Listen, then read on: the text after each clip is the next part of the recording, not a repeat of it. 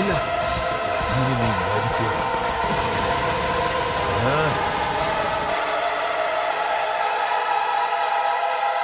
എന്തിനാടാ കൊന്നിട്ട്? നമ്മൾ അനാഥരാണ്, പക്ഷെ ഗുണ്ടകളല്ല.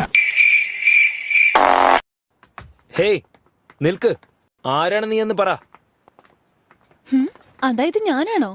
അല്ല, അവൻ പുറകിൽ കുടം ചുമന്നുകൊണ്ടിരിക്കുന്നവൻ. എന്റെ പേര് മൊണ്ണങ്കതലാളി.